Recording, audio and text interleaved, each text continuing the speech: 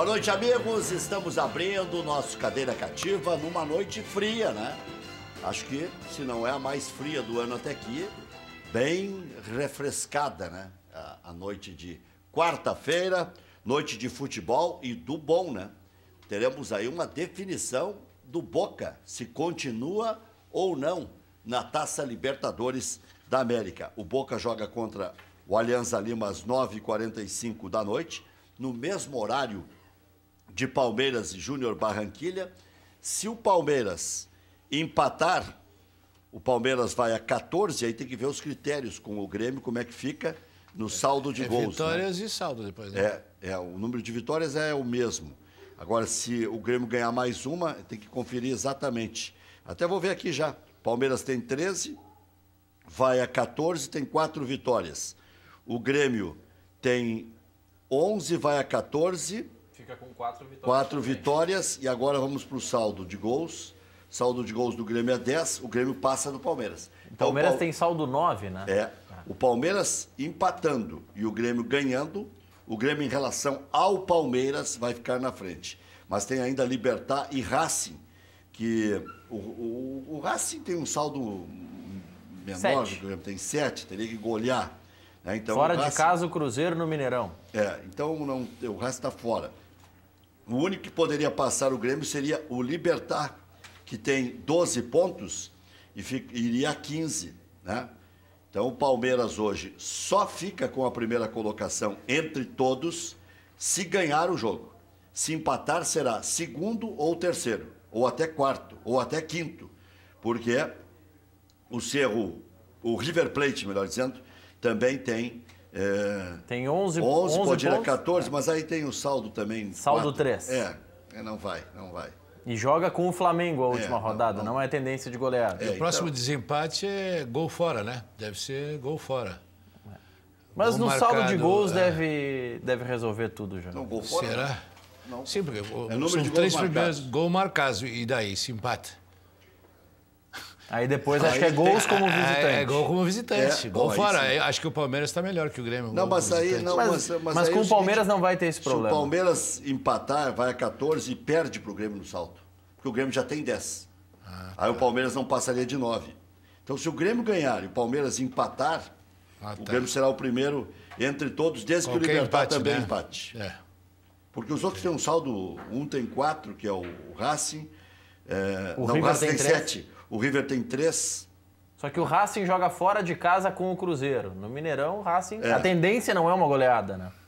Mas daqui a pouco o Então Racing ganha Grêmio, por 4 Libertad ou Palmeiras. Um dos 3 será primeiro, um dos 3 será segundo e o outro será terceiro. É o mesmo critério do primeiro contra o último, não? Não, é Não, sorteio. Agora é sorteio. Agora é sorteio. Mas eu acho que era mais justo até o primeiro contra o último, porque tu pegava o primeiro contra o 16º. Mas aí podia depois dar o segundo como deu contra o 15º. Uma vez deu Corinthians, melhor campanha contra o Flamengo, pior campanha, o Flamengo eliminou o Corinthians. Eles Bom, querem, mas eles querem não outra podemos. Libertadores barbadinha, né? Olha, já começou aí cedo. Mas né? teve em 2015... Jesse Chaves, conselheiro do Internacional. Foi 2000... César Pacheco já conhece, né, Jesse? Sim, sim. Foi 2015. Tem nome de cowboy. Jesse James. Se não me engano, foi 2015 que o Boca tinha a melhor campanha, passeou na primeira fase, enfrentou nas oitavas o River, naquele jogo da Bombonera que não acabou, e aí o River com a pior Aquele do campanha gás, passou. né? Foi o jogo do gás. O jogo do gás lacrimogêneo, que foi paralisado e que terminou ali. E como 2014. 14 ou 15. Foi nessa época. Bom, já que falei dos jogos, tem também outra decisão para clube brasileiro. O Flamengo joga contra o Emelec 9h45, precisando da vitória, agora com público, o Flamengo. E na Copa do Brasil, Chapecoense e Atlético Mineiro estarão decidindo daqui a pouquinho, 7h30. O primeiro jogo foi 0-0. E às 9h45 da noite tem Atlético Paranaense e Cruzeiro, jogo de ida também, Copa do Brasil. Já que ele te provocou, César Pacheco, dizendo que tu quer mais uma Libertadores de barbadinha e tal, qual foi a mais fácil de ganhar? Essa do Grêmio ou a do Internacional de 2006? Bom, em primeiro lugar, boa noite à bancada aqui, boa noite e obrigado pelo convite, né? Ao Maurício, que a última vez que eu estive aqui, o Maurício não estava presente. Estava nos bastidores só. Nos bastidores, só dirigindo, né?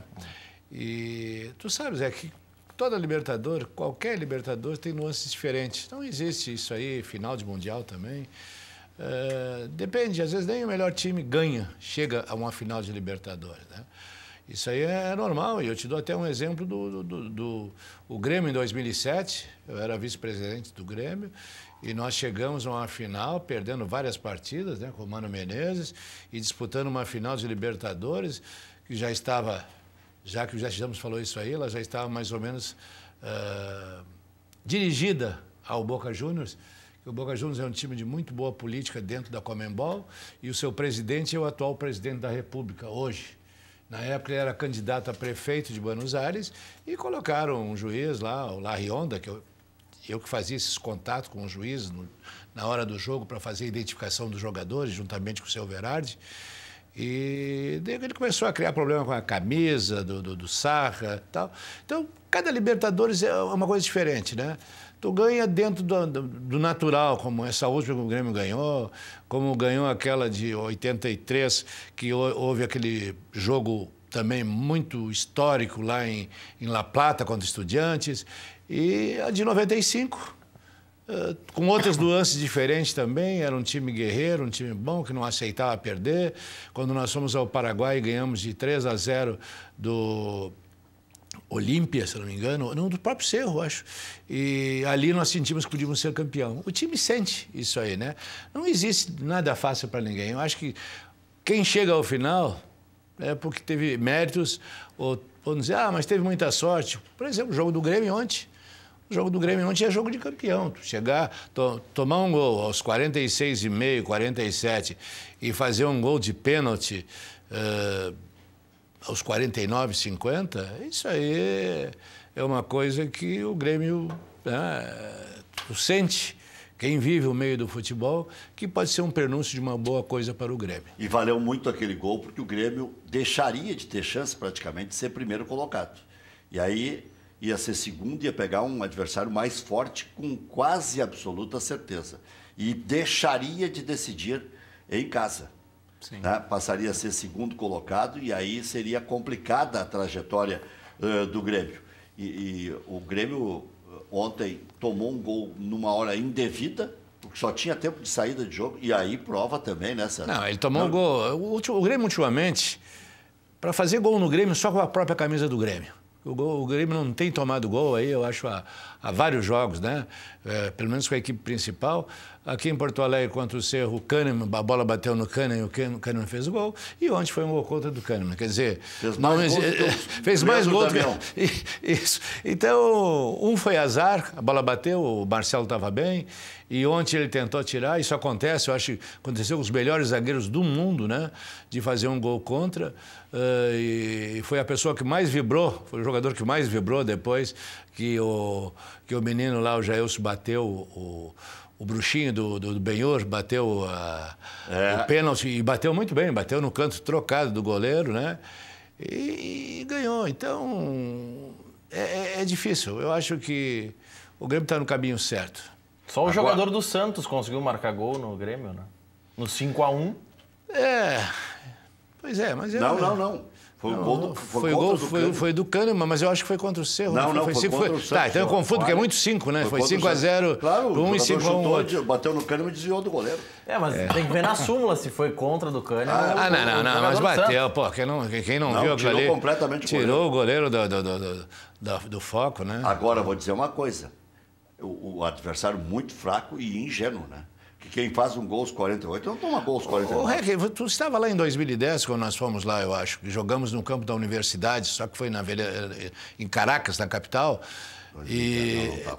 Que começou assim... Né? Acho que eu comentei esse jogo pela televisão. A primeira coisa que nós chegamos no estádio, uma pessoa que estava perto do nosso vestiário tomou uma facada. Houve um problema sério lá. Nós vimos grandes repressões na rua, os caminhões lá na época era o Chaves, né? Era muita polícia na rua, em todos os lugares. Piorou um pouco agora, né? E a universidade lá, no meio do jogo, ligaram a água. E o campo, um horror. Nós fomos treinar um dia antes na Venezuela, eles não têm profissionalismo, eu não sei como é que participa da Libertadores. Nós fomos treinar no campo da universidade, tinha mais ou menos 2.000 a 2.500 pessoas fazendo jogging, ginástica em volta do campo.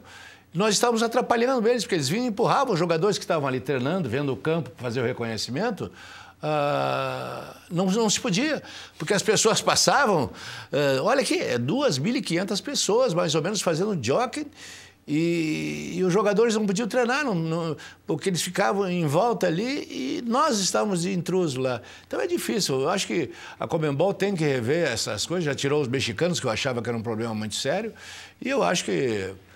Não sei, enquanto não tiver um campo... Você viu quantas pessoas tinha no campo? É que aí a Venezuela é difícil de tirar, porque é a América do Sul, né? Sim. É a Libertadores. É filiada da a Conmebol e tudo mais. Sim, aí teria que ter um critério, né? Um critério. Não dá. Esse time foi campeão da Venezuela e agora está em 13º entre 16. Não, esse time... Boa noite. Boa noite. Rec, Maurício, César. Eu vi uma cena muito engraçada, achei bem bacana o Renato e alguns membros da comissão técnica do Grêmio entregando água para a gurizada da categoria de base do time do Monagas lá, no treino. A categoria de base treinando sem água, né? Então a gente já vê que já vem sem estrutura já os times de lá. Eu vi os últimos 20 minutos do jogo. A sociedade está sem estrutura. Casemiro foi técnico lá, lembra? Sim, mas acho que foi outras na épocas época também, né? Foi outra época também, né? Eu acho que eu estive na Venezuela em outra época também. O Rodrigo Caetano, que era nosso diretor do Grêmio lá, ele jogou na Venezuela, lá em Cristóbal, que é perto de Cúcuta. San Cristóbal, é perto de Cúcuta. Nós fomos jogar em Cúcuta, a 5 quilômetros, eu e o Pelaipe passeávamos a pé, íamos à Venezuela e voltávamos ali. Só que já era o tempo do Maduro, era diferente. Nós chegamos na Venezuela, jogamos e quando ainda não tinha esse governo aí de esquerda, né, que mudou um pouco lá o sistema, em todos os sentidos, as contas do hotel, esse problema de fome que se passa na Venezuela lá, essa falta de liberdade total, né? Sim. Então não pode, isso reflete no futebol. E o esporte da Venezuela sempre foi beisebol e patins, né? Eles adoram jogar beisebol e patins. Tem jogadores que migram para os Estados Unidos para jogar beisebol. Então o futebol é só uma coisa que se mantém, mas não tem aquela qualidade, apesar deles ter jogador argentino, colombiano, né? Devem pagar bem, porque eles não vão jogar lá de graça. Olha aqui, só para não deixar a dúvida, Rec, na súmula do jogo com o Santos saiu como gol do Jean Mota. Então foi gol do Santos, não foi contra do Kahneman. Tu quer tirar a gozação do César? Ele foi buscar só para te complicar, César. Mas a gente viu. E outra questão que o juiz errou aí também. O juiz errou o árbitro. E outra questão... Tirou completamente o goleiro. Para que a gente não erre. A situação que eu falei do Boca, que enfrentou o River, foi 2015 mesmo. Então tá. Quando o Boca foi o melhor daquela Libertadores, caiu nas oitavas. O segundo melhor no ranqueamento dos primeiros colocados foram os mexicanos e o terceiro foi o Internacional. O Tigre estava à frente do Inter e o River era o último colocado. Olha aqui, o Grêmio fará um mínimo de 69 partidas no ano e um máximo de 82. Tu acha que é muito? 95 nós jogamos 99 partidas. Em 96 jogamos... Sim, mas era maior, era tudo mais estendido. O Campeonato Gaúcho, nós fazíamos excursões, o próprio Campeonato Brasileiro era diferente. O Grêmio foi à final de quase todas as competições também, como o Grêmio está indo. Nós estamos no mês de maio, o Grêmio já é campeão de 2 competições, da Recopa, apesar de ser um jogo só, mas tem o Campeonato Gaúcho. E agora, 2 jogos. Mas basicamente foi um. E um jogo foi quando nós ganhamos lá do Independiente 4-1 em Kobe. Nós fizemos lá e era longe, era bom até. E a Kobe, quem patrocinava era a JAL. A gente ia no avião da JAL, né?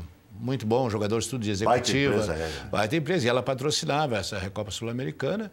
E o Japão queria fazer a Copa do Mundo, por isso que ele investiu bastante em futebol, né? Mas 69 é o mínimo e máximo de 82. Mas aí tira 2 meses, um de Copa do Mundo e um de férias. Sobram 10 meses. 8,2 jogos por mês. 8 por mês. 8,2 por mês. 2 por semana. 2 por semana. Mas todos não. Mas o Internacional não vai jogar isso tudo. Não, dá bem menos.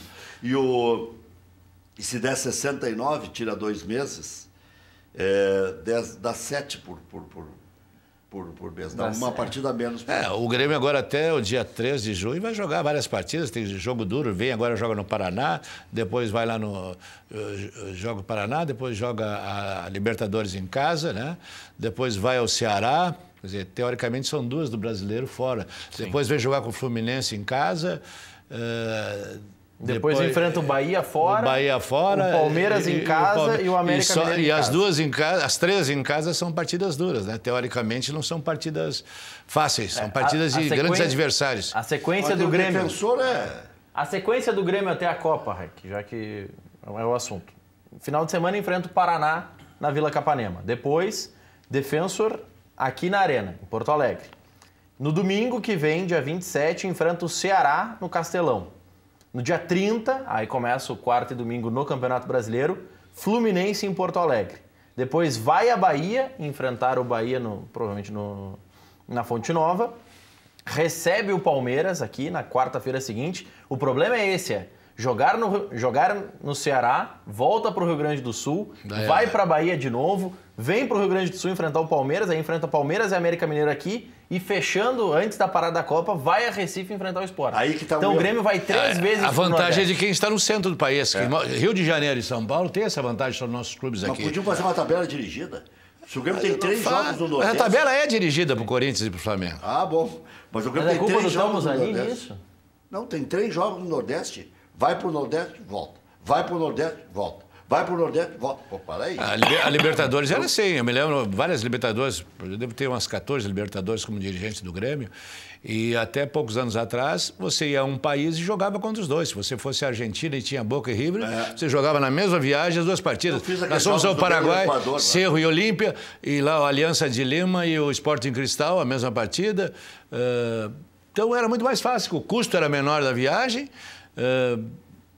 Não tinha esse negócio de tu poder pegar no México. Eu me lembro, a penúltima Libertadores que eu fui, nós fomos jogar em Toluca, voltamos, foi pontos do mapa da América do Sul.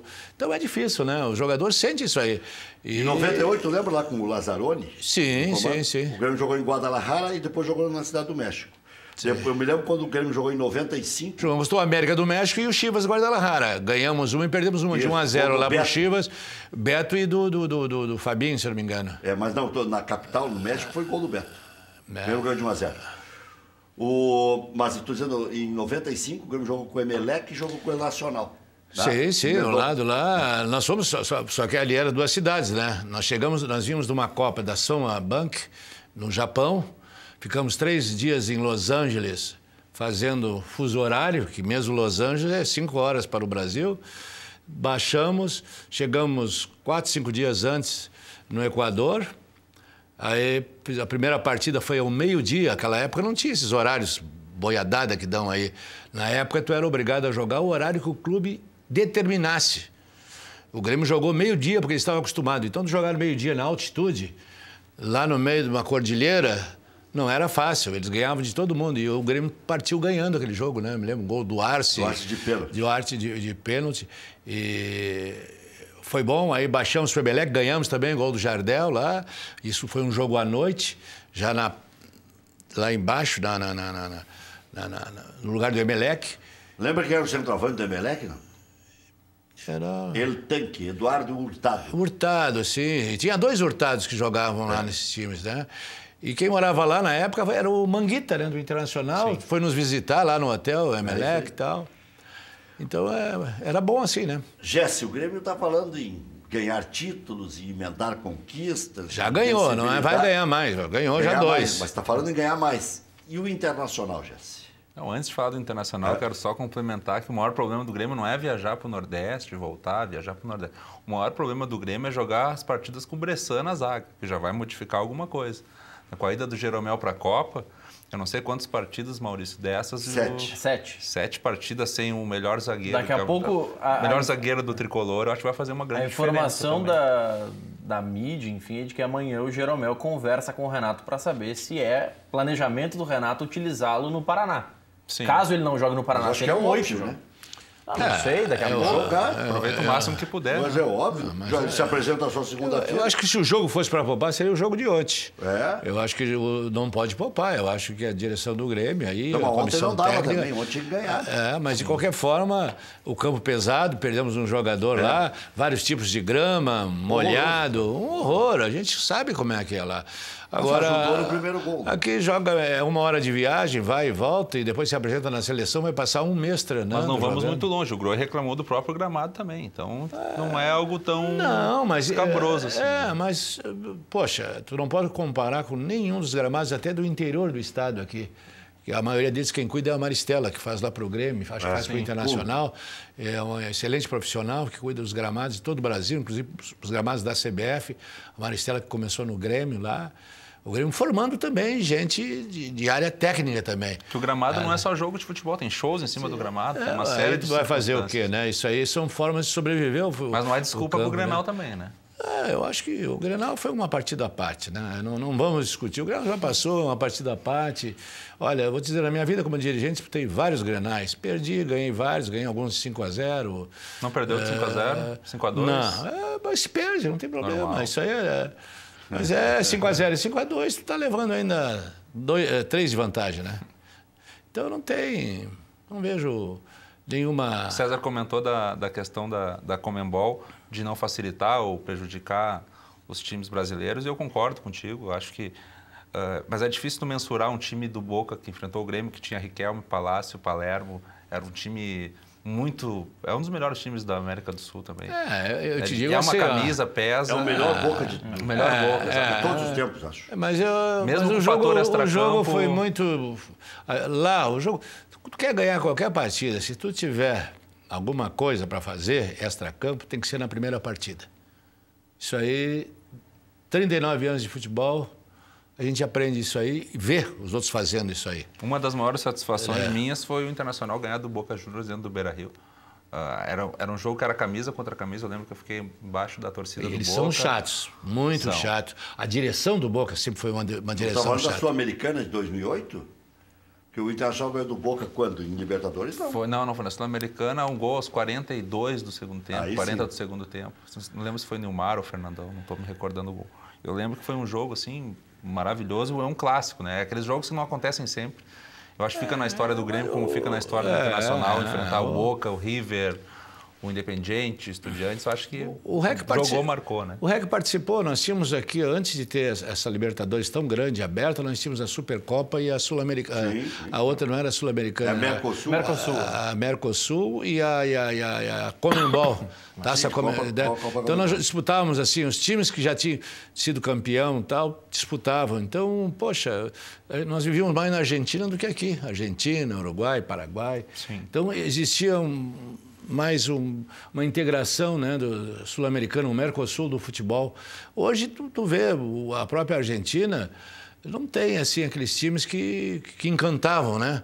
E jogadores que encantavam.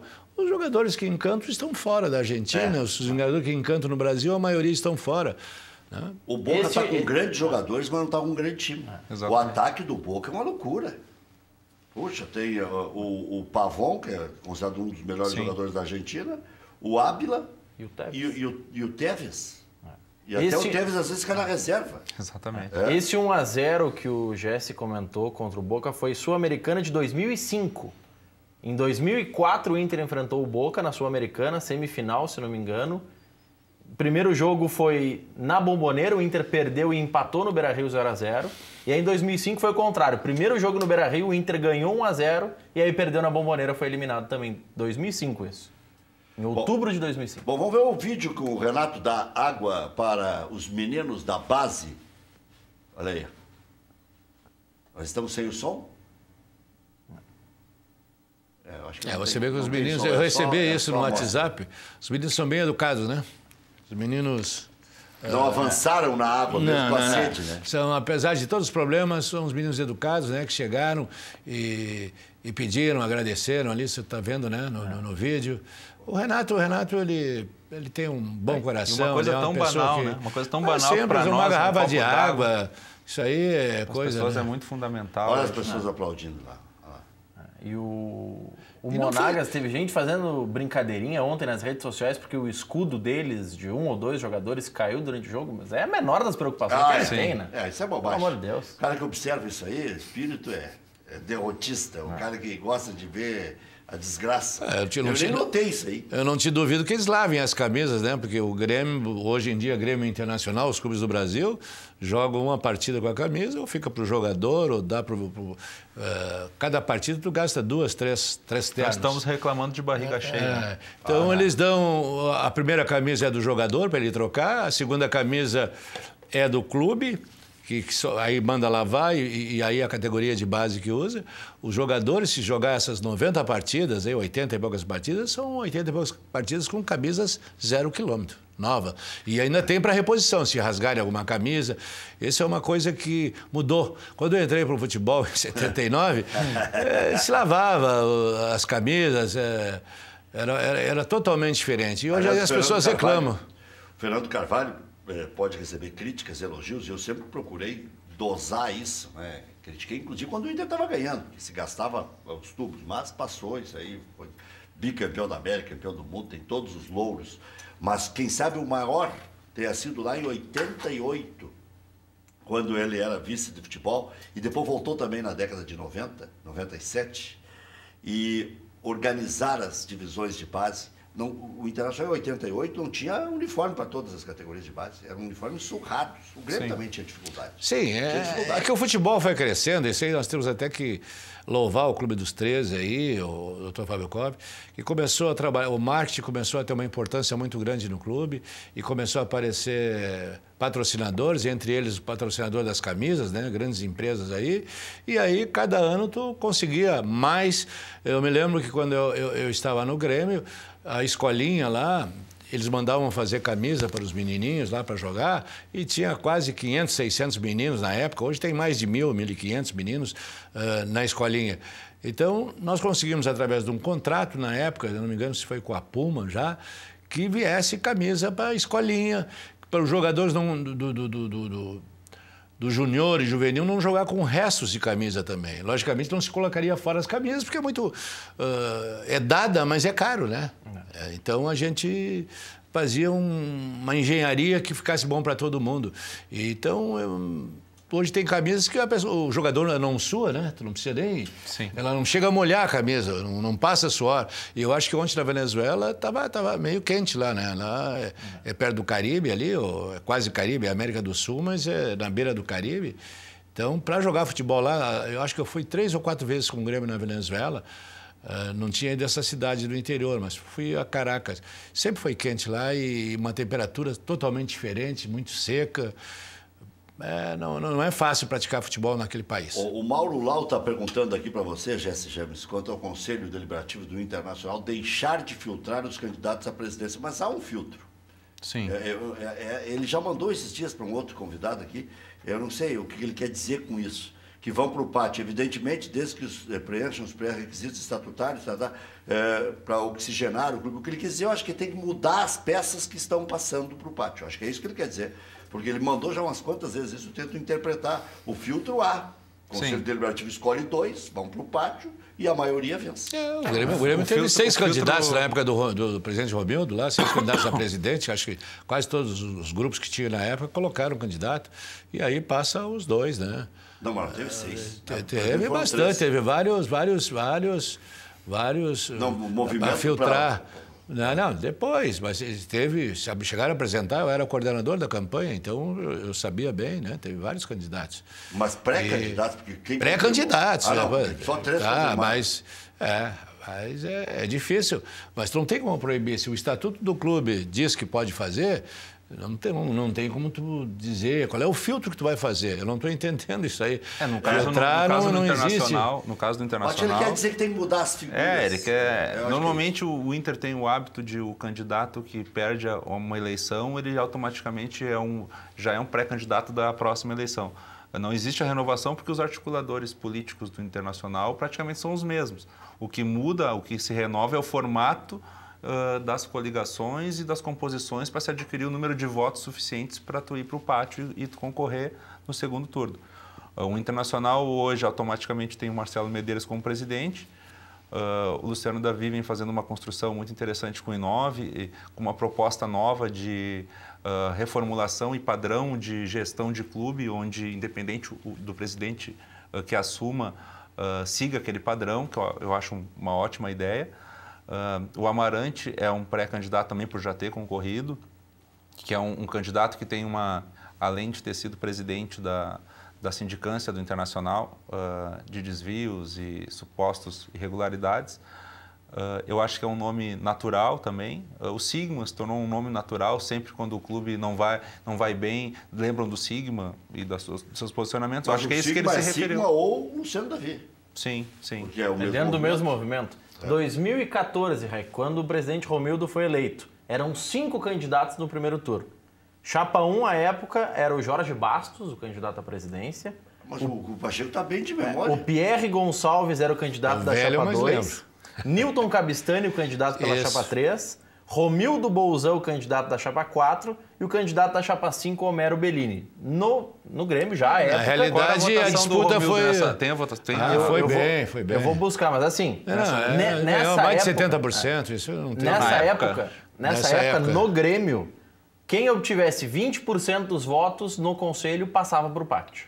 Só 2 obtiveram, que foi o Bellini e o presidente Romildo. Mas é verdade, agora me lembro que todos vieram aqui, agora referência com a minha memória. 2014. Bom, eu te digo assim, nem faz tanto tempo. Nós perdemos o presidente Fábio Koff, grande gremista aí, e eu me lembro quando o doutor Fábio veio para disputar a eleição com o presidente Odoni, o medo do doutor Koff era não passar no conselho. Porque nós tínhamos filtros maiores na época, se eu não me engano. Depois é que se mudou, que se baixou aquela tabela um filtro ali de 20%, se eu não me engano, né? E ele conseguiu fazer os votos até demais. Tanto que o trabalho foi muito forte nesse sentido. Era a mesma situação da época, que ele achava 20% para ir no pátio. Ele tinha que passar e... Pensando bem, ele já estava há anos fora do Grêmio, apesar da sua história ter sido excepcional no Grêmio, mas ele tinha... se apegava a isso. Ele tinha, isso é válido, né? Quando você está numa disputa dessas de clube. E ele conseguiu, e eu me lembro, ele fez assim, poxa...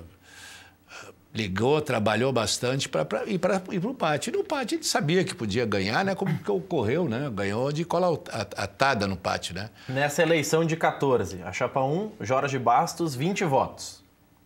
Chapa 2, Pierre Gonçalves, 10 votos.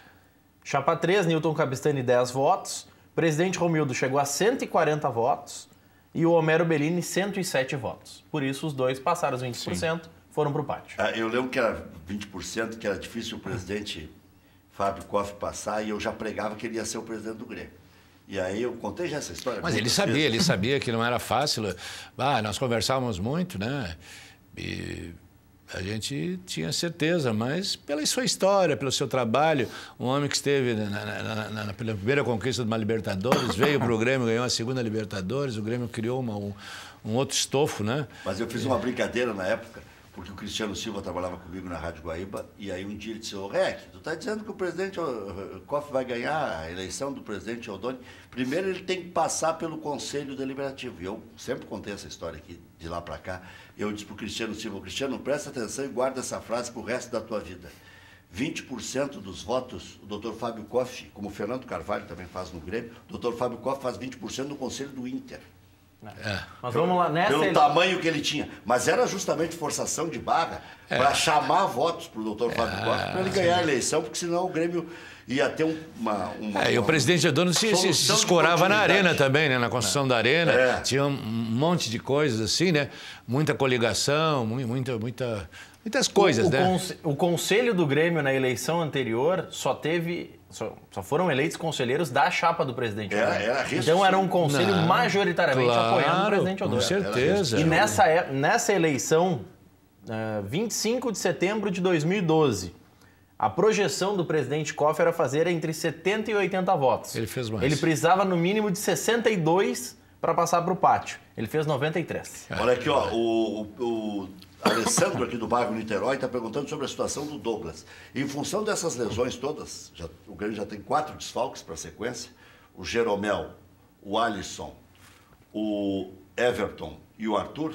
Eu acho que vai jogar antes da Copa do Mundo o Douglas, por um motivo: está magro, já está fazendo a maioria dos exercícios, já vai disputar coletivo, eu acho que ele vai jogar daqui uns 20 e poucos dias. O próprio Edenilson, que todo mundo achava que ia ficar mais uma semana parado, já pode jogar agora contra a Chapecoense. Então, eu acho, pelo andar da carruagem, não porque o Grêmio vai apressar, mas ele vai voltar no banco, vai jogar 10 minutos, aquela história, vai jogar 15, o Renato sabe fazer isso muito bem, e ele é um líder e eu acho que o Grêmio vai aproveitar o ensejo aí de tantos problemas de lesão, já não tem o Arthur, não tem o Everton, não tem o Alisson, não terá o Jeromel, um líder a mais no elenco faz... O Jeromel é pela seleção. Pela seleção. O Alisson não se sabe ainda a extensão da gravidade e os outros já parece que é 3 semanas, né? Então, se voltarem, vão voltar já no final aí.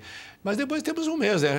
Termina dia 13 de junho essa fase do Brasileirão e começa só dia 17 de julho a outra fase. Então tem 33 dias para recuperar todo mundo, né? E voltar. Vai ter acho que a direção deve dar umas férias e depois fazer um retiro aí, como sempre se faz. E aí já com toda a lenha novamente para seguir esses campeonatos. Bom, e o que mais te preocupa no Internacional nesse momento, Jesse? Olha, Rec, a situação não é nada confortável no Internacional. Tivemos diversas manifestações em relação aos dirigentes, algumas exageradas, outras não, outras cabíveis. Aquela do estádio, se não tivesse as bombas... Tranquilo, exatamente. Eu acho que... Eu acho que até tem que fazer. Não, e até achei muito pouca gente, 30 ou 40. Tu tem que pressionar. Mas são os mesmos, Rec. Então eu vou te dizer, eu vou defender, eu fui a um outro programa de televisão. Eu vou pedir uma questão de ordem aqui ao César, né? Mas eu ia defender o pessoal, eu acho que isso não é justo. Não, fazer com qualquer dirigente, pode ser do Fortes e Livres, ou ir na casa do dirigente. Olha, isso aí é uma coisa César, que não pode fazer de jeito nenhum. Eu não aceito. Eu acho que quem faz isso não é torcedor. O cara que vai na casa, que picha o muro de uma casa, não é. Eu sofri isso também. Estou te dizendo porque eu sofri isso. Deixa eu te fazer eu defendo eles por isso. Eu, na época, falei com o presidente Marcelo e nem me dou com o Roberto Melo, e eu acho que isso aí, ó, tem família, tem um montão... Não dá. O futebol não é para isso. Faz isso tudo aí na política, que estão roubando, que estão fazendo. Faz uma manifestação contra essas pessoas que estão roubando. Dá uma parte, César Pacheco. Sim, desculpe. Eu gosto muito de ouvir as histórias de dirigentes antigos, dirigentes atuais no programa. Respeito muito, para mim é um aprendizado. Vim aqui no Cadeira Cativa com o Rec, com o Maurício. Né? Faço questão de reforçar minha participação aqui, mesmo estou respondendo algumas perguntas em relação ao Inter e ao Grêmio. Eu gostaria de participar mais do programa e que tu me ouvisse um pouco também, porque é sempre bom aprender com os mais novos também. Então é uma troca de experiência. Se tu não te incomodares, aí eu te peço a palavra. Eu acho que tu está perdendo tempo te dirigindo a mim. Tu podia dirigir para o teu torcedor. Não, estou me dirigindo. Tu está te dirigindo para o meu torcedor e para o teu, então estou procurando um espacinho no meio. Eu não sabia que tu era dono dos torcedores do Inter, em todo caso. Não, eu sou um deles. Mas aí? Mas assim, respondendo sobre a questão do Internacional, eu acho que eu mandei uma mensagem para o presidente Marcelo Medeiros, uma mensagem informal, faço questão de dizer aqui, dizendo para ele que ele demita o Melo e que ele ele faça uma composição de cargos, ele assuma o futebol. Eu acho que um presidente de futebol, quando o time chega numa certa fase, ele tem o poder e a incumbência de trazer o futebol para si. Não é comum... Mas não tem alguém assim mais... Eu acho que não. Alguém forte? Eu acho que não. Precisa o presidente, porque essa coisa é meio antiga. O Rafael já fez isso, o Arthur já fez isso, o Dalegrave já fez isso. É um botão de emergência, né? É o sinal que tu não tem dentro do teu grupo político. O Pífero voltou também pro futebol. Até o presidente Romildo fez recentemente. O mais forte foi o do Inter. Agora eu vou meter no assunto deles, que foi trouxeram a SWAT. Veio nomes pesados ali. Não, mas ele veio de fora. Sim, mas veio a SWAT. Foram 3 medidas. E não adiantou. O time grande não cai. Sim. Primeiro o Afatato assumiu, durou uma entrevista coletiva. Depois o Pífero assumiu por 2 ou 3 rodadas e aí veio a SWAT. Não, eu acho que nós temos o Inter Grande hoje, é um movimento que representa o Internacional, tem uma maioria de conselheiros e eu acredito que a falta de interesse em tu criar novos dirigentes chega num ponto que acabam as opções. O nosso movimento Gigante Colorado tem como coordenador hoje uma das pessoas responsáveis pela reconstrução da Chapecoense, que é o Marcelo Moretti. Então, quando se fala muito em reconstrução e tu não lembra do nome no cenário brasileiro que ajudou a reconstruir um clube de futebol que teve um caso atípico, anormal e muito difícil de começar do zero uma equipe, eu acho que quero dar parabéns ao Marcelo Moretti por essa reconstrução e quero salientar o descaso do Inter em perceber ou até mesmo referendar um profissional que hoje é conselheiro. O Marcelo Amoretti, ele ajudou no processo que teve na comoção nacional, vários dirigentes, várias pessoas da área do esporte se direcionaram ao Chapecoense para ajudar na reconstrução do clube, do time. Sim. Agora né? E sempre se fala isso nas entrevistas do Melo, se fala em reconstrução, e nós não estamos em reconstrução, estamos em remodelação. Então, o remodelamento, eu não sei, na cabeça do Melo, sinceramente, eu ainda acredito que ele esteja ali naquela posição recebendo ordens de alguém. Tá? Deus costuma... Deus é Fernando Carvalho. Deus é Fernando Carvalho. Eu acredito que ele exerça alguma influência, sim, sobre o Melo. Acredito que o Marcelo Medeiros também, que ele é uma pessoa de confiança do Marcelo Medeiros, mas eu ainda acho que o nosso trabalho como conselheiro e como movimento político do clube é trazer novas situações e novas oportunidades para o clube. Nós fizemos no primeiro seminário, tu falaste bem, César, sobre o Rodrigo Caetano.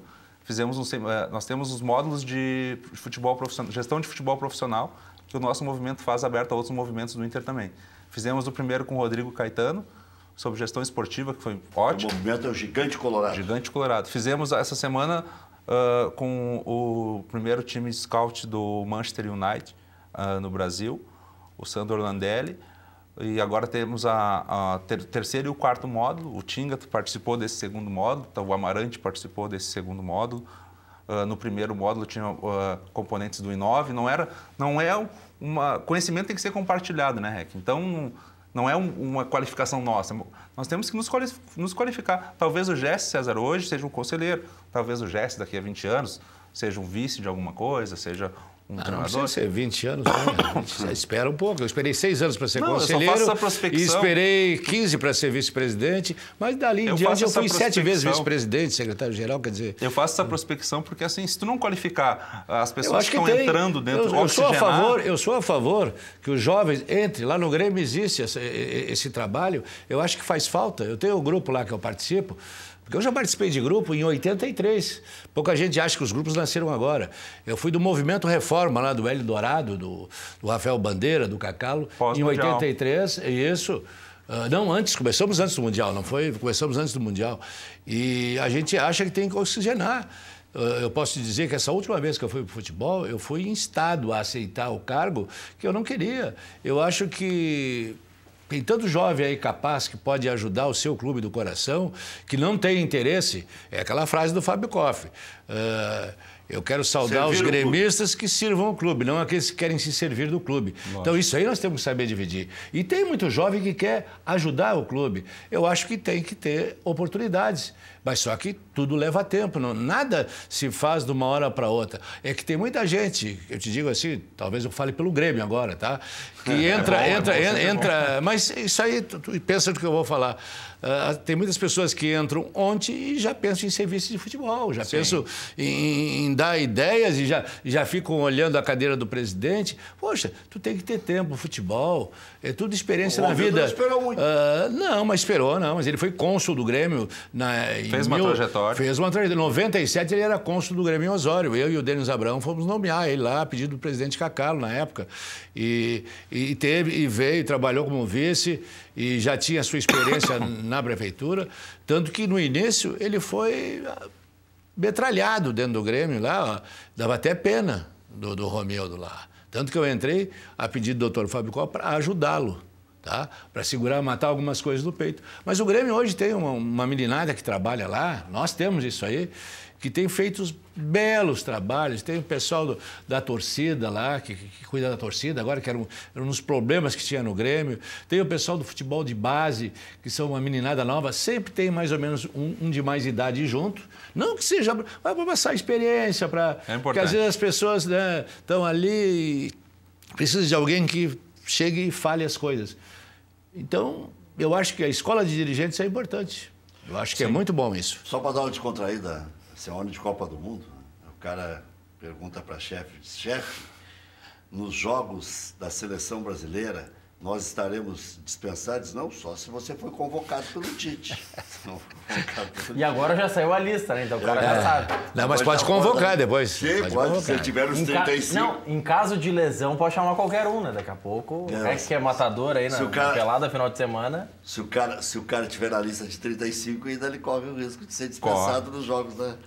Com a vitória na Venezuela, o Grêmio está classificado para as oitavas de final da Taça Libertadores da América. Enfrenta o Defensor na próxima quarta-feira, 9h15 na Arena, em busca da primeira colocação no grupo e também ainda na classificação geral. Diga.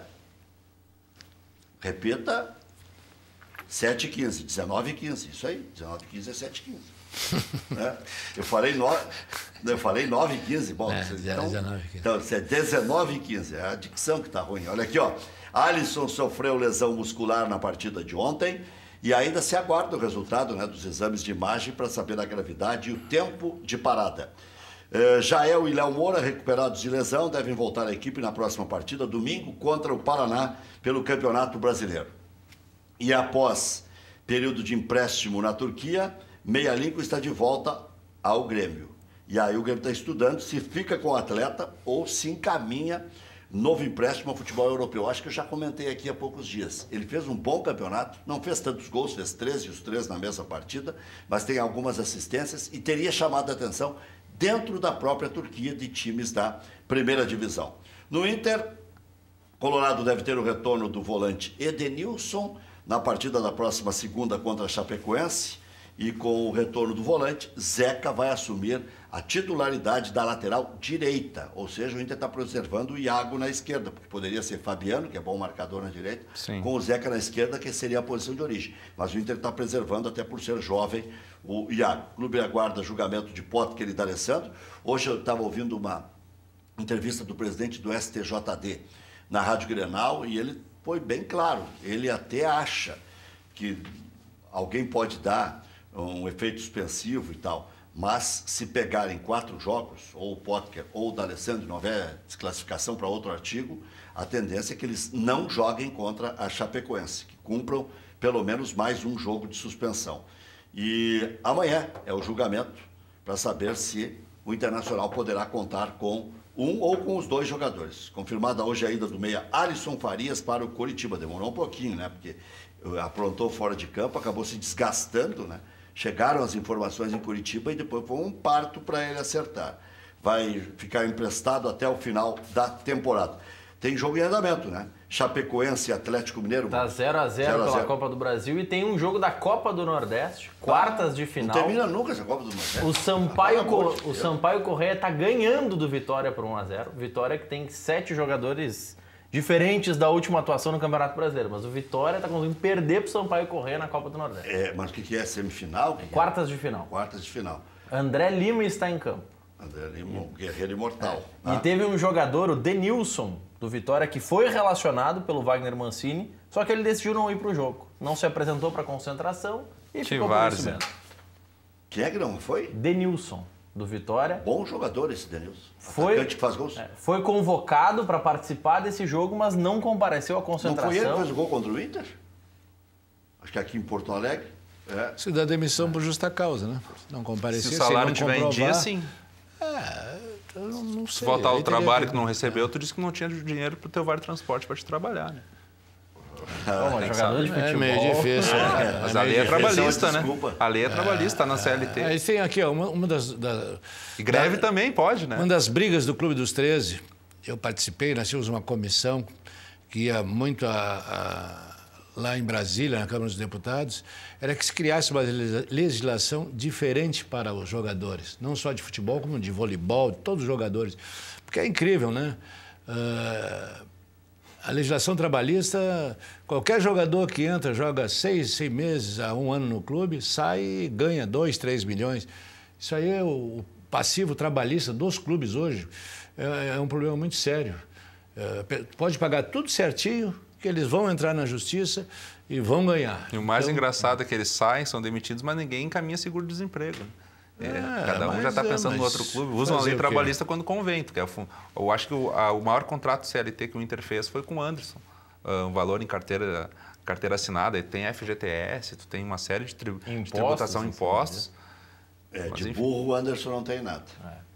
E sobre o jogo da Copa do Nordeste, tá certo que o Vitória está sem 7 jogadores, mas o Sampaio Corrêa é o 17º colocado da Série B. E está ganhando do Vitória, que é da Série A. E também está na zona de rebaixamento para a Série B. Que fartura, né?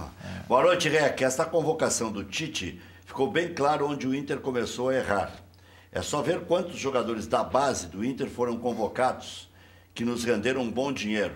Abandonou esse projeto, começou a contratar jogadores prontos, ou será, pergunta ele aqui, o Regis de Taquari, que o Roger joga mais que o Brenner, e assim por diante. E deixou de ser formador para ser comprador. Até quando vão insistir com esta burrice, diz o Regis de Taquari. Eu concordo em gênero, número e grau. Eu tenho até uma frase, médiozinho por médiozinho fica com o gurizinho. Boa frase. Sabe que porque eu não gosto de chamar ninguém de ruim. Não vou dizer que o Roger seja ruim. Sim. É um centroavante médio. Então, médio por médio fica com médio. O alemão, lateral direito, nós todos sabíamos que era só médio. Sim. Na reserva limitado, do Botafogo. Claro. Se o cara é reserva do Botafogo... Lembra do Shoa? Sim. Frase do seu Rola? O senhor lembra? Sim. Já sei que não vai dar resultado esse moço. Por que, seu Rola? Qual é o lateral do Vasco? Fulano. Não joga nada. Qual é o lateral do Fluminense? Fulano de tal. Não joga nada. Quem é o lateral do Flamengo? Do Botafogo? Perguntou todos. Por que nenhum time carioca quer contratar um jogador do América do Rio? Naquela época era diferente. Por que o Grêmio vai contratar? Me lembro quando não deu o show. Não deu. Mas tinha nome, né? Tinha nome. O celeiro de Ases, que é um nome que nós carregamos, nós colorados, na história, no nosso hino e tudo. Sinceramente, na Alvorada, eu assisti o Grenal Sub-20, foi 4-1 pro Internacional. Tu vê em ambas as equipes jogadores com grandes chances de estar ocupando um espaço que hoje é ocupado por um medalhão. O Richard não estava nesse jogo? Tava. Pois é. Não viu qualidade? O Ramon não estava nesse jogo? Com certeza. O Pedro. O Ronald joga menos do que o Rossi? Pode ser que jogue. Sim. Mas nós não sabemos. Se não colocar a jogar, aí que não vamos saber mesmo. Tá aí o Iago. O Iago está confirmando, o Inter contratou o Wendel por 3 milhões. E quem joga é o Iago, que não custou nada. Não, nós temos um trabalho, um foco na... Pode até render. Um foco na base. Nós temos... O Paluga foi diretor da base, que é o coordenador político do nosso movimento. Um abraço, Paluga. O pessoal do consulado de primeira de Gravataí. Esse trabalho da base foram campeões na Alemanha, ganhando de times como Barcelona, Milan, etc. Então, esse trabalho de base nada mais justo que essa convocação mostrar que o trabalho que foi feito na base há um tempo atrás estava certo. Hoje, com a ausência do CT de Eldorado do Sul, que ainda está no papel o projeto, que não andou nada, de Guaíba, perdão. Isso vai fazer uma diferença muito grande na história do clube, só que isso, se tiver a pedra fundamental, iniciar pelo menos a estruturação física, não vai ter aquele projeto fica bonito no PowerPoint, mas tu vai ver ali na... Mas aí é que tá, aí eu não sei porque isso aí está se debatendo no Conselho e o Inter não tem dinheiro para fazer o CT. Sim. E até não tem nem as licenças ambientais. E o Inter estava tentando uma parceria com o governo federal, disse o Alexandre Chaves Barcelos, que o Grêmio também está pegando, com incentivos fiscais. Sim, existe muitos incentivos fiscais, troca por algumas práticas e tal, se dá isenções. E tinha a proposta, por isso que saiu o doutor Aquino, para acelerar, de uma parceria com Portugal. Tinha uma proposta de parceria com uma empresa de Portugal, que não prosperou. Mas tu sabe que a questão do Aquino, respeito muito o Aquino na sua carreira jurídica, assim, eu acho que foi muito mal colocado o Aquino na gestão, nessa posição. Eu acho que ele seria um ótimo vice jurídico do Internacional.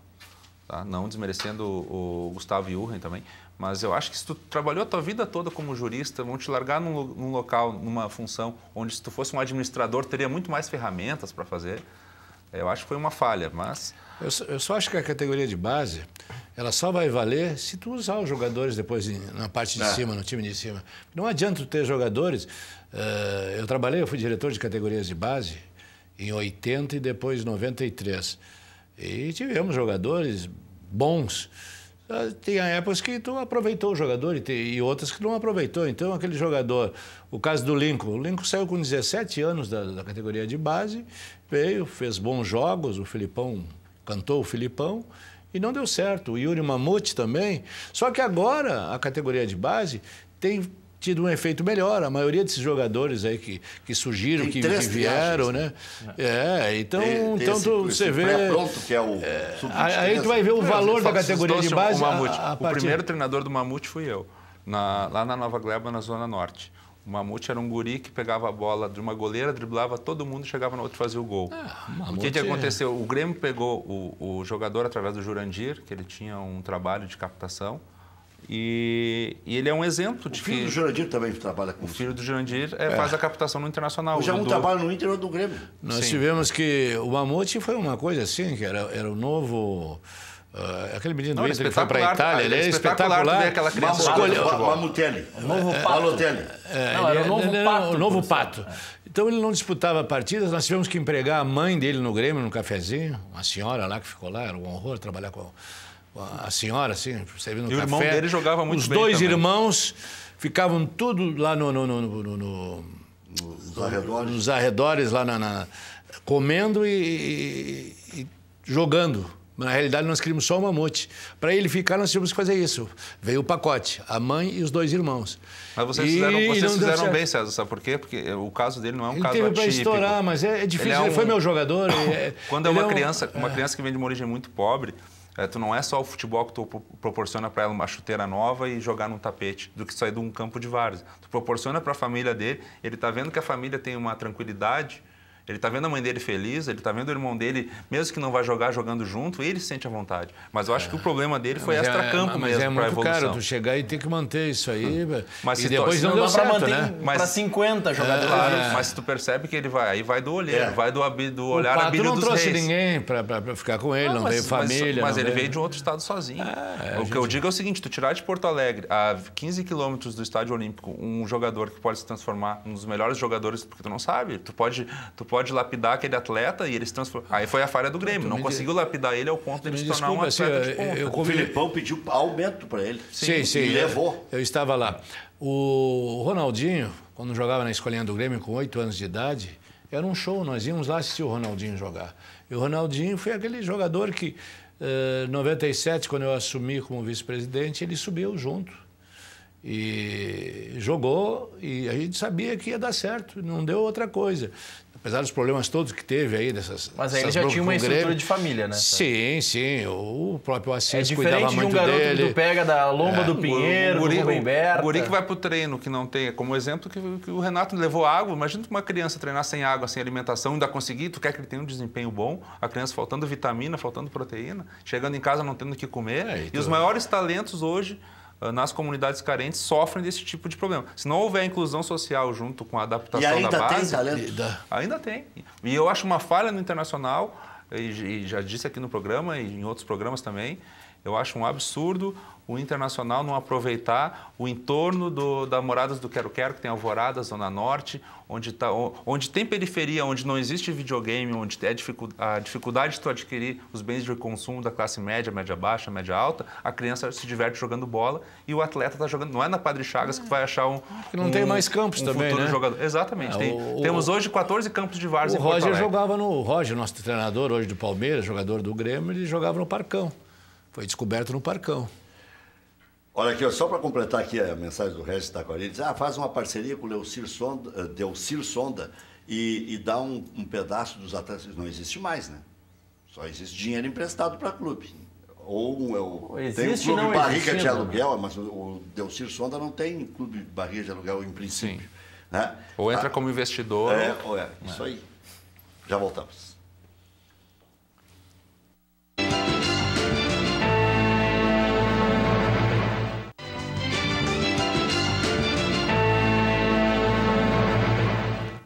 Tivemos um pequeno problema técnico, aí já recuperamos a nossa sequência aí dos anunciantes.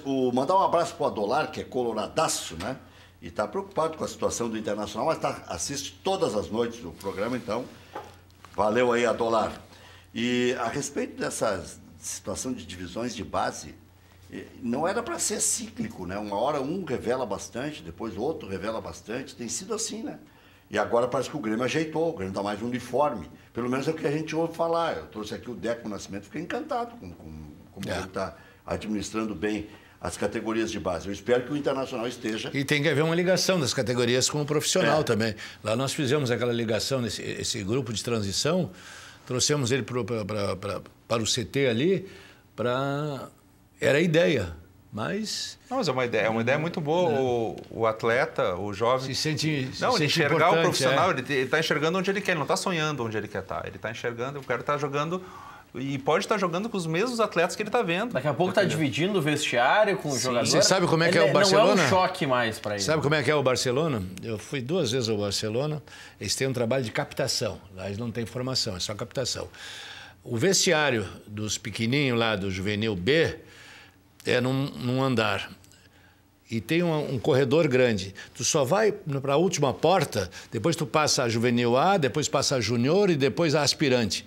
Tu só pode passar para o profissional, tu sempre vai ver aquela porta lá onde vai os craques, porque o Barcelona é um clube assim de excelência nesse sentido aí, quando tu for profissional. Então o teu sonho é ultrapassar aquela porta lá. Eu tive uma palestra lá dos dirigentes, a gente conversou, eles sabiam tudo, me chamaram eu na época, e o dirigente do Internacional que estava junto conosco lá, visitando, e sabiam todos os nossos jogadores de base, sabiam mais do que a gente. O Mário, eles sabiam, o Mário que hoje está na Rússia, que vai jogar na seleção, o Mário Fernandes, eles sabiam, queriam saber se nós podíamos vender, e isso que ele era ainda do júnior do Grêmio. Né? E assim como outros jogadores do Inter, eles chamaram lá o dirigente do Inter para saber. Então eles têm um trabalho muito bonito. Quem é você que acompanha esses jogos de base, quem é que você acha que estaria pronto? O zagueiro Fábio Alemão, por exemplo, chutar um nome. Eu vi o Pedro, eu não lembro a posição dele no jogo. Na verdade eu acompanho a base Genoma, a categoria inferior, sub-11, sub-12, sub-13. Essa parte aí a gente tem um trabalho dentro do Gigante Colorado. Quem tem mais o conhecimento disso aí é o próprio Paluga, que já fez uma como diretor. Tem o próprio Amoretti, que tem um trabalho assim, de observação nesses atletas. E o que eu comecei a acompanhar com eles, nós, após fundarmos o Gigante Colorado, e a gente percebe na arquibancada as articulações, né?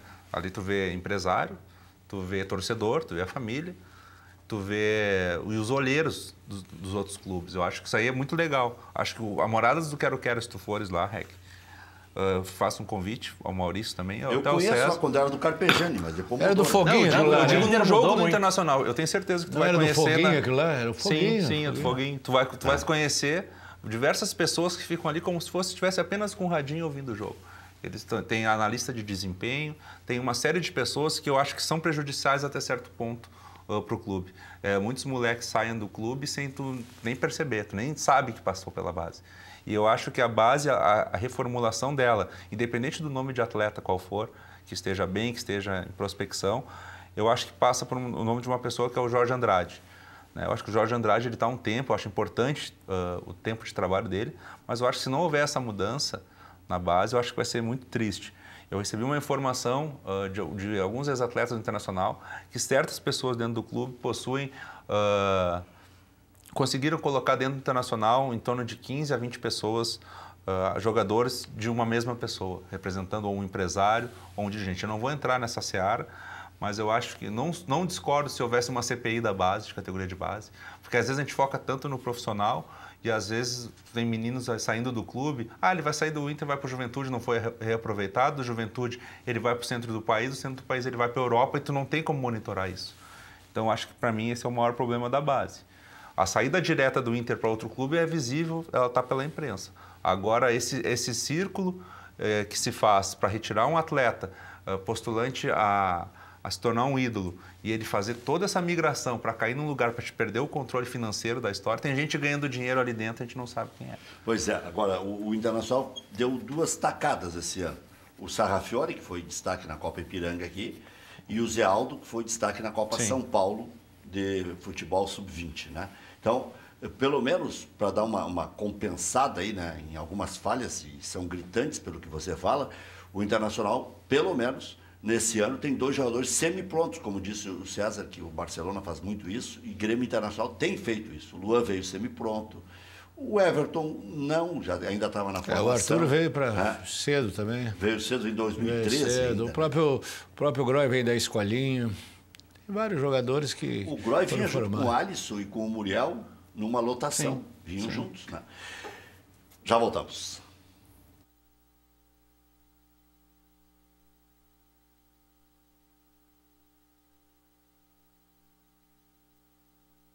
Bom, continuamos com problemas técnicos, então daqui a pouco, corrigindo tudo, a gente vai pagar os comerciais, se der tempo, né?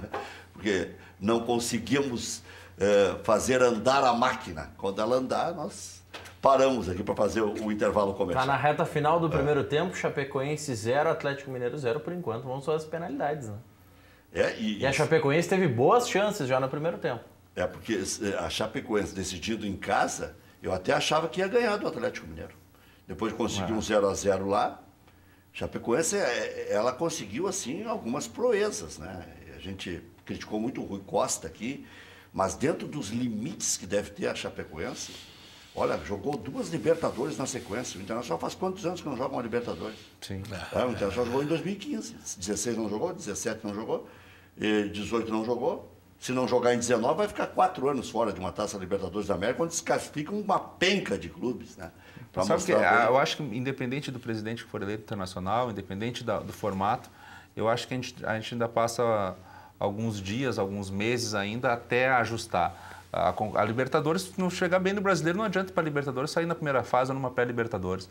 O Internacional, pela pontuação que precisa para estar na Libertadores, está jogando muito aquém. E o plantel, se tu olhar, perguntar para qualquer treinador do Brasil, não é um plantel ruim.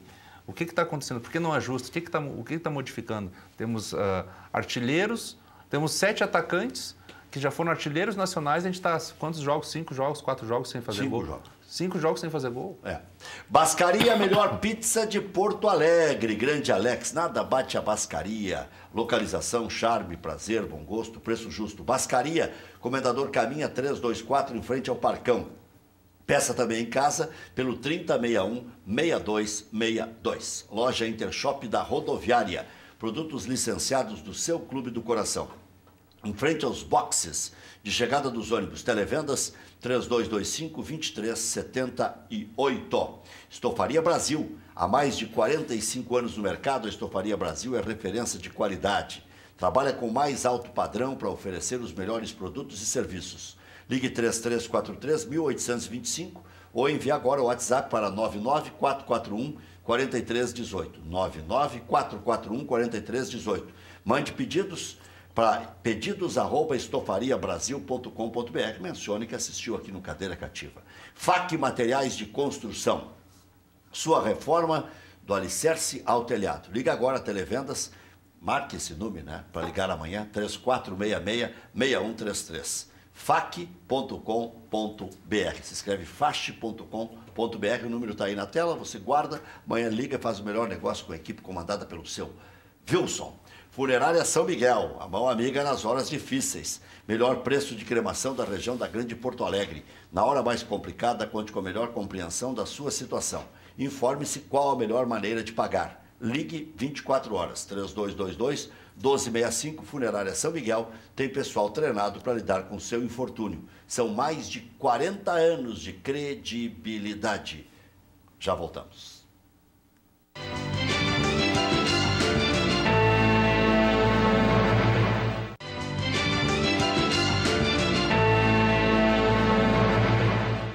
E 20, o Lincoln, na tua análise, ele que foi teu jogador, César Pacheco. Eu acho que o Lincoln é um bom jogador, eu acho que ele fez um bom campeonato lá fora, apesar de não ser um clube de primeira divisão, né? Mas ele teria chance no Grêmio. Eu acho que poderia se tentar novamente com o Lincoln, porque eu que acompanhava todos os treinos dele, né? Com o Filipão, depois com o Roger, é um jogador que encanta nos treinamentos, né? Um jogador que tem bom chute, bom drible. Ele é um jogador diferenciado. Que loucura isso. Mas ele teve alguns problemas, né? Estamos comentando aqui, e que problemas particulares, familiares, e agora perdeu a mãe, se não me engano, há pouco tempo. Então foi um problema sério, familiar. E mas talvez agora ele venha com a cabeça pronta. Acho que o exterior é bom para um jogador, para um menino desse aí, ó, voltar, eu acho que vai valorizar um pouquinho mais. Não sei o caso do Mamute, que veio da Grécia e está jogando no interior aí. Está no Juventude, né? No Juventude? Juventude, sim. Diga, e o Andrigo? O Andrigo, eu gostei muito daquele Campeonato Gaúcho dele. Eu não sei o nível de aproveitamento e a política da comissão técnica do Odair agora, ele como treinador, o que ele quer aproveitar, porque sistema de jogo a gente não tem. né? No caso, o Grêmio hoje tem um sistema de jogo que o atleta que entrar para o grupo, ele sabe a função que ele vai exercer em campo. Já o Internacional, como a gente não tem um esquema pronto, eu acho que ele faz a adequação das peças e o reaproveitamento por característica pessoal apenas. Eu acho que isso aí é muito ruim, né, Rec? Até no último programa eu vim, não me recordo, o conselheiro gremista que estava aqui, ele comentou que o Grêmio, se o Ramiro entrar no gol, ele sabe o que fazer. E aí eu comentei e falei, olha, o Internacional, eu gostaria que fosse assim, já teve uma época que era assim, o Inter era mais técnico, o Grêmio era mais na raça, mais perfil de jogador, o Inter depois se tornou um time mais copeiro e o Grêmio um time mais tático, oscilou isso aí bastante. Né? O Ramiro é um jogador que todo treinador gosta dele, o Filipão gostava dele, o próprio Roger e o Renato. Outro jogador, né, do Grêmio, que também fazia sempre a função que o treinador pedia era o Pará, se pedisse para o Pará jogar no ataque... Mas ele atravessou momentos ruins, o Pará, né? Sim. Porque o Grêmio... E até vou te dizer, o Pará, em alguns momentos, ele não era dos piores. Faz falta laterais, né? Eu me lembro que eu trouxe 2 ou 3 laterais e depois que vendemos aquele menino lá, que era do Santos, foi embora, e vendemos o Rodolfo e ele, e aí foi um problema. Imagina nós que temos 4... já tivemos 4, né, Rec? Laterais direito no Internacional, o Dudu... Não, teve quantos tu quiser. Danilo Silva jogou por ali, Denilson jogou por ali, Fabinho jogou por ali. E nós fomos... Não tem nenhum lateral esquerdo, lateral direito. Mas não é sinônimo de conquista ter um lateral de função, porque nós fomos campeões da Libertadores com o Bolívar improvisado muitas vezes na lateral direita. Da Copa Sul-Americana mais. Sul-Americana também. O Jorge Wagner era meia, jogava na esquerda no Inter. Às vezes um adaptado sai melhor que um de função que vem. O Degranja era meia, goleador. Já voltamos.